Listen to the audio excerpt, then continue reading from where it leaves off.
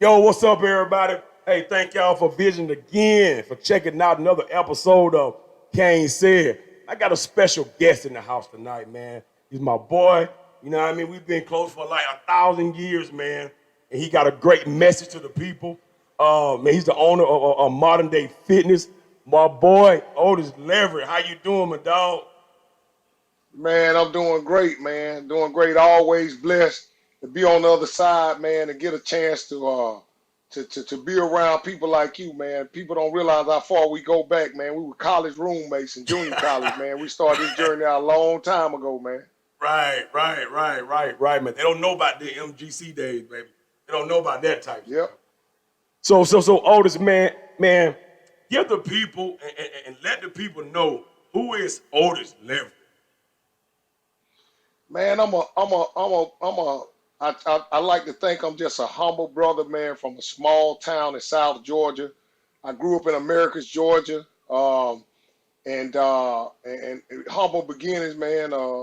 Pretty much single family, single parent raised, and just got an opportunity to do so many great things in life that we can go on and on about. But it's just, I'm just blessed to be here, man, and very thankful for where I'm at. And again, just grew up in a small town, humble background.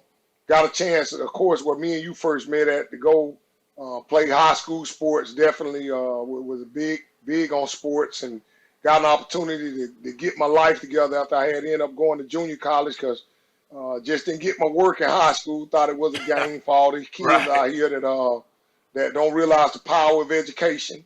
I took that power serious. I mean, not very serious at one point, and got a chance to kind of, I guess, revive my life at Middle Georgia Junior College. That's where you and I met. We were roommates there, and got a chance to go on and play ball together. Got a chance to go on to UAB, University of Alabama in Birmingham, and was drafted in the sixth round from UAB, and went on to the NFL. Spent 6 years there, and I tell people all the time, I started out flipping houses. Once I got out of the NFL, the market crashed, and then the houses started flipping me.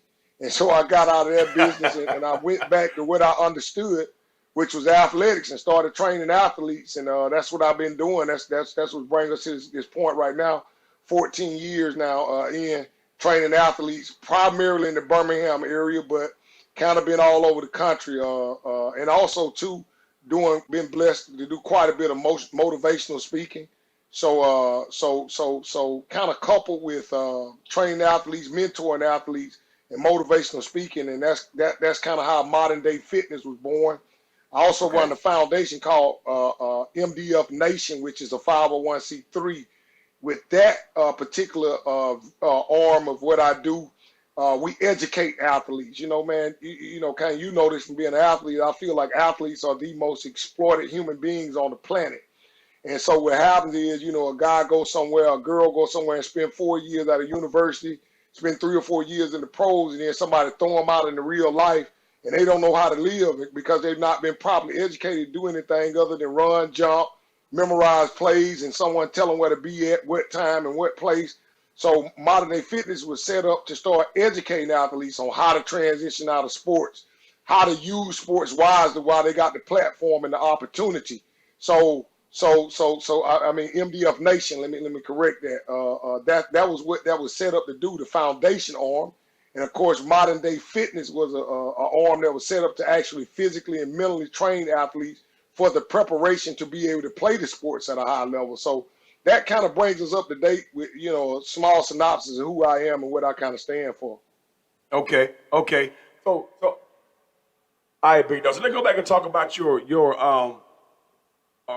training methods. You know what I'm saying? Man, your IG, man, you go ham with athletes, man. Let's talk about your training methods, man. What is your how can I put this, man? What is your point of training or the way you train? Well, I believe training is like writing a book. You got to have a thesis.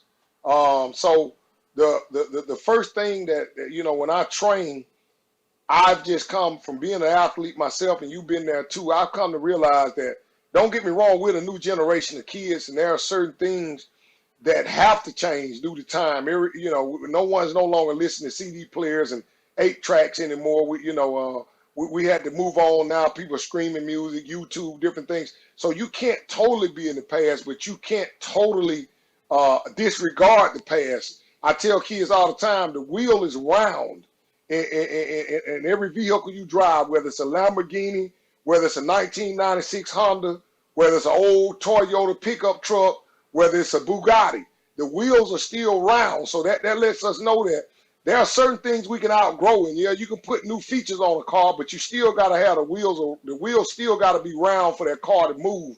We haven't yet advanced out of a round wheel. So when I'm training athletes, I take that approach. I say to myself, hey man, one thing that can't be left out, we got a lot of new techniques: core stability, balance,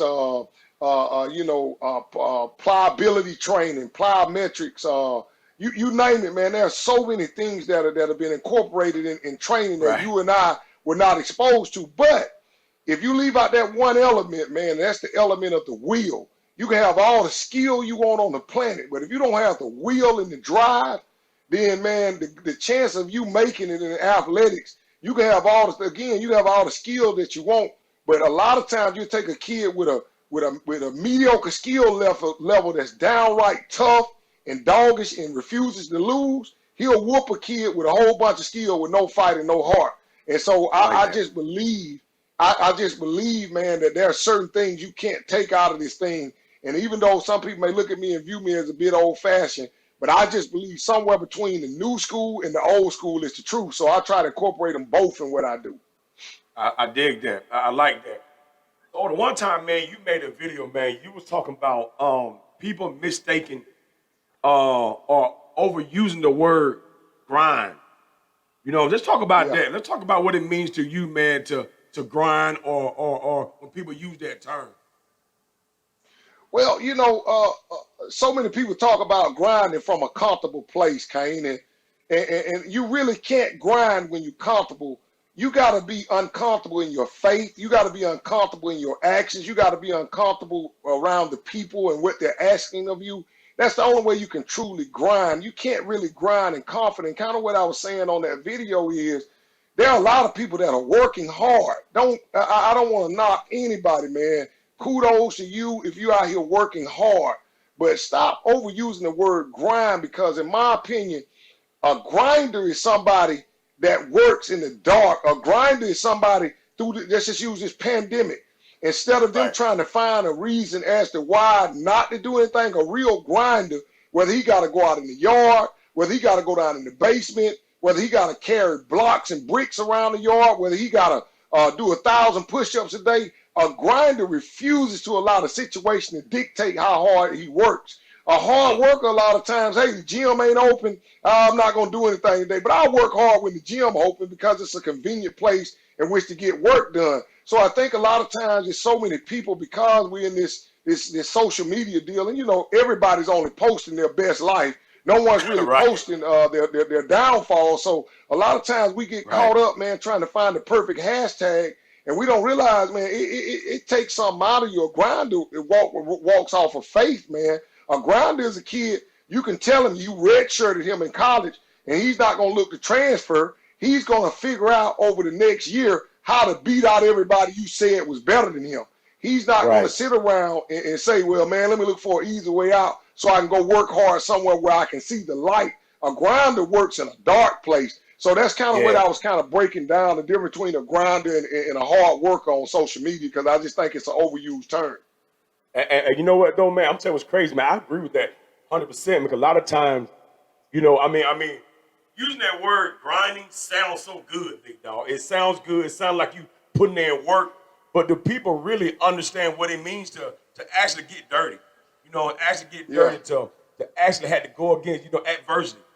You know what I'm saying? Man, let's talk about, 2020, man. Let's talk about 2020, man. What kind of adversity, man, has 2020 brought you or the people around you? Man, you know what? 2020 been amazing to me because, when you break it down from a vision standpoint, 2020 vision is supposed to be above board vision, it's supposed to be the greatest vision Well, of course, you got 2015, and some people can see at even higher levels than that. But if you got 22 to 2020 vision, according to the eye doctor, you actually have above board vision, and you have good eye health. So when you say the word 2020, man, automatically, I was thinking, I think a lot of people thought that this was going to be the year that everybody's vision got clear. But what I think is, what I'm learning about 2020, what God is showing me, is this is a year of revision. I think we having to revise the way we see things. I think God is bringing out the people who really want to succeed. I think we almost in the survival of the fittest came to where you got to want to succeed. Like, you're going to find out if life is for you after you come out of 2020. Because a lot of people, again, man, well, I heard Inky Johnson say this, one of the greatest motivational speakers I know out there. And Inky Johnson say, man, most of the time when people are chasing something and they can find a reason to stop chasing it, they'll take that option. And so I think what happens is, man, most people are just looking for a good excuse in life. So, hey, man, if I can find a reason as to why I didn't make it to the NFL, I can find a reason as to why I didn't start my business. If I can find a reason as to why I didn't lose that weight I want to lose. Hey, man, if I can do that, I'm going to take that, because that makes me feel good to tell people, well, hey, man, I was just about to lose that weight and they closed down all the gyms. I was just about to start my business and the quarantine came up. I was just about to make it to the NFL, but I stopped working because the scouts said they weren't going to have the NFL combine, or they were going to do it like they did a couple years ago, or no pro days. So what I'm saying is 2020 is making us revise. So the real true survivors, like you and I, man, we are finding ways out of no way, and we're going back to creativity. And the truth be told, man, it's amazing with adversity. Most people, think about it, Kane, the greatest songwriters wrote their greatest songs during adversity. The Mary J. Bliges, the B.B. Kings, all those great songs that we heard was during adversity. So I just think, man, right now, 2020 is not the year of vision. It's the year of revision and making you revise the way you view and think about life. And I'm saying that as it pertains to me. I got you. So, man, I want to talk about wisdom for a little bit. Big dog, I don't know if you remember, man, but, man, we was in the dorm room, Otis. You and I used to pray about, wisdom. No, Lord, give us wisdom. Lord, give us wisdom. Man, I'm going to be honest. You got about 12 bags of wisdom, big dog. Like, you've been dropping this wisdom game like for a long time, man. So, you know what I'm saying? Yes, through prayer, right? But what other ways, man, did you gain this wisdom, big dog? Well, Kane, man, let me tell you this, bro. I ain't the only one a fan on this podcast, man. I watch what you doing and what you're doing in that LaGrange area and abroad, man, with these kids and the stuff you dropping online. Trust me, brother. A lot of my wisdom and a lot of my knowledge is being triggered through people like yourself. Just as you watching me every day, brother, I'm inspired by the stuff you're doing as well. So I can't sit up here and say most of the stuff I learned is just me reading a book and reading people and being around other people and just recycling and regurgitating it in my own words. I'm not that intelligent. Again, I tell kids all the time I ended up in junior college because I had a 1.9 GPA, man. I'm not sitting up here trying to tell people that Harvard gonna fly me in and help me find the finer parts of the vaccination for COVID. I probably won't be on that committee. But I'm just being honest. The greatest gift I've learned about wisdom and about life and about God is prayer is an action. It's not just a bunch of mumbling words. I started to realize that when you start to meet, like when you're praying and walking, God starts to manifest. But when all you do is pray, meaning faith without works is dead. And I tell a lot of kids, I train this all the time. So you can't be laying in the bed, Kane, saying, I want to run a 4.4 in the 40, but you laying in the bed thinking God going to do all the work. But if you keep praying that I want a 4.4 in the 40, and you keep on actively looking and searching for ways and working like a dog, mentally and physically, to get towards that 4.440. You're changing your diet up. You're changing the people you're talking to about running. You're studying runners. You're looking at the Usain Bolt film. You're doing everything in your power to acquire that 4.4. Man, you got a greater chance of getting there, because what you're telling God is, I'm willing to walk and pray and not just lay here and pray. So what I've learned, man, wisdom is acquired. from walking and praying as opposed to laying there and praying. I just think so many of us got God twisted. Man, God talks about in the Bible, he's a good parent. So what good parent is giving their kids PlayStation 5s with D's and F's? You know, so at some point that kid got to go to school and let get that parent something to work with. And if God is our parent and the greatest and the greatest provider we know, he's going to require something from us. And I think that's what I learned. That's when I started to acquire greater forms of wisdom when I started praying and walking, not just praying. I dig that. I dig that. So, man, let's talk hardship, man. Let's talk hardship. You know, I know, man, us in Middle Georgia, man, you know, so we had to endure some hardship at an early age. You know, so I don't know whoever been through JUCO, but JUCO can test you. You know what I'm saying? JUCO can really test you, man. But let's talk hardship in your life personally, man, that you had to endure. You know what I mean? 'Cause a lot of times, man, you know, how you said earlier, a lot of times we talk through pain. You know what I'm saying? We communicate through pain, and we learn through pain. So let's talk hardship, man. Let's talk hardship. Talk about something that you had to endure, man, to help build your character. Man, I mean, we can go on and on, but Kane, I tell you, man, I owe every person at Middle Georgia College. We can start right there. I owe every person at Middle Georgia College, man, a thank you, because that place probably solidified my character. I'm not gonna say it built it, cause growing up, you know, man, I was the fat kid. Like I tell people all the time, I was Rudolph the Red-Nosed Reindeer. I was the last kid picked on the playground. I was not the greatest athlete. I didn't really grow into my body and my mind and started lining up and became the athlete that I became to probably about 10th, 11th grade year. So I was never the star. So, you know, and growing up in South Georgia, again, talking about those humble beginnings and some of the things we had to endure coming up, grew up, started out in the projects. Those things built my character. But when I got to Middle Georgia, what it did is it solidified my character. Meeting brothers like you know, Edgar Carson, Kendrell Bell, man, I could just go on. Kim Yada, Davis, you know, the people that nobody probably on this podcast understand, but you know, me and you guys, man, solidified my life. It changed me forever, and it taught me, man, how to bond, man. You know, man, remember, we were staying in a one-bedroom apartment with like 8, 9 people, and this is real. I mean, man, you know, we would get out of class, and we would fight to see who gonna get to the bed first. And if you got there late, you had to sleep on the floor. And then we talk about footwork. Hell, you had to work on your footwork because you were dodging people laying on the floor trying to get to the bathroom, man. Yes. You know. Yes. So hey, back then it wasn't no keep your Pell Grant and cost of attendance and all this stuff these kids getting now. Man, we ain't know nothing about that. We had, if you had $1, we had $1. Vice versa, that's the way we had to live. So, man, that place solidified my character. Going through some of the things that we went through in that small country town in South Georgia, and I would tell anybody, you could have told me, knowing what I know now, I could have went to Notre Dame out of high school, and I would have chose Middle Georgia College all over again, because that was the place that let me know what life is about. And, you know, amongst a whole bunch of other things, Kane, you know, my mother died about 6 years ago. It's stuff like that takes you to another level.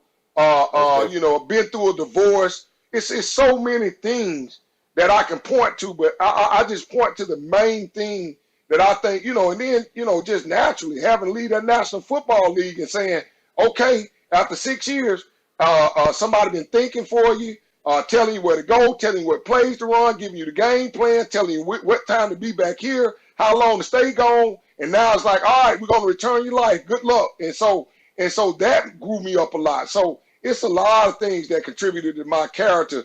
But Kane, you know, man, the greatest gift I ever had, I was never the fastest. I was never the strongest. I was never the smartest. But the thing that solidified me, and I got my mama to probably think for this more than anybody. She used to read a book to me called A Little Engine That Could when I was a small boy.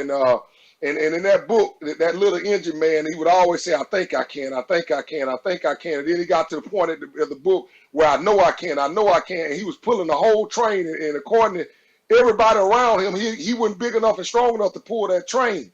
And so that book was ingrained in me so much as a kid. I remember my mom, I remember being 10, 11 years old, still asking my mama to read me that book. That's how powerful that book was for me. So still to this day, I think it was that motto that brought me to this point and made me into the man I am and taught me how to fight through adversity. But I always knew, Kane, and not being the smartest, not being the fastest, not being the this or that, what made me was I knew I could outlast people. I knew, Kane, when I got to an NFL camp, this guy may be smarter, this guy may be a little faster, this guy come from a bigger university, this guy's skill level a little better, but where I'm going to get him at, I'm going to outlast him. My discipline will be better than theirs. I'm going to show up on time every day. I'm going to consistently outwork them. And I understand the value because of Middle Georgia College and being around brothers like you, I understand the value of a marathon. They think life is a sprint, and this is where I'm going to catch them at. You know what I'm saying? And so that was built my character, man. That whole marathon tactic, man. I just, and to this day I go with it. I ride and die by it. I love that, man. I love that, man. So look, man, let's tap into talk about the NFL, man. Man, a lot of times people see NFL, you know, think about being a, you know what I'm saying, clean cut, you know what I'm saying, situation, man. But we both know it's the business behind, you know, the NFL. Man, you want to tap into that a little bit, man? As far as knowing the business of being a professional athlete. Well, I can tell you this: the people I feel sorry for the most in the NFL, with affiliated with the NFL, are the fans, because they think they understand something that they really don't know what they're watching, man. It's an illusion. And one thing about and I'm very thankful for the illusion that I got an opportunity to participate in it. I still train athletes that are in the NFL and still got some going, and I'm thankful for that. But it's an illusion in the sense of, you know, in the movies, The Hunger Games, one of the greatest things, I think Hunger Games 2, Katniss Everdeen was in that movie, and they were about to win the games. And immediately when they were about to win the game, the people that were running the game, they turned around and they changed the game in the middle of the game, so the rules changed. And so they, right when were about to win, the game changed. And one thing the NFL, it makes it different than any other place on the planet, I tell people, is it's always a game behind the game. You got one version of the NFL we see on TV and we love to death and all the fans jump behind and they support it. And then there's another vicious game being played out of the back door of the NFL, where the athletes are to a degree being exploited, where, yeah, you're making millions and all this other stuff, and it sounds good to most people, but a lot of these guys are giving up their body, they're giving up their lives, they're giving up their brain, they're giving up a lot to put on a show to make everybody enjoy it. And don't get me wrong, I think no one wants them to feel sorry for them, but it's just more, you know, than people think, than when they come online and criticize, oh, this guy's trash and this one is this and this and that. Man, if you really knew what was being risked, if you really knew how hard of a game it was to stay on top of, you would probably have more respect for any athlete that had an opportunity to even stay on that field, or even have the opportunity to chase that dream going all the way back from college to NCAA. It is a hard deal. Kane, we just had signing day yesterday, and I absolutely cringe when I hear kids and parents say, oh, we're going to get a free education. And I know you understand this. Bro, right. That's going to be the most expensive version of free you ever seen. Man, you got to risk your life, your body. Man, you can die out there, and that's what people don't realize.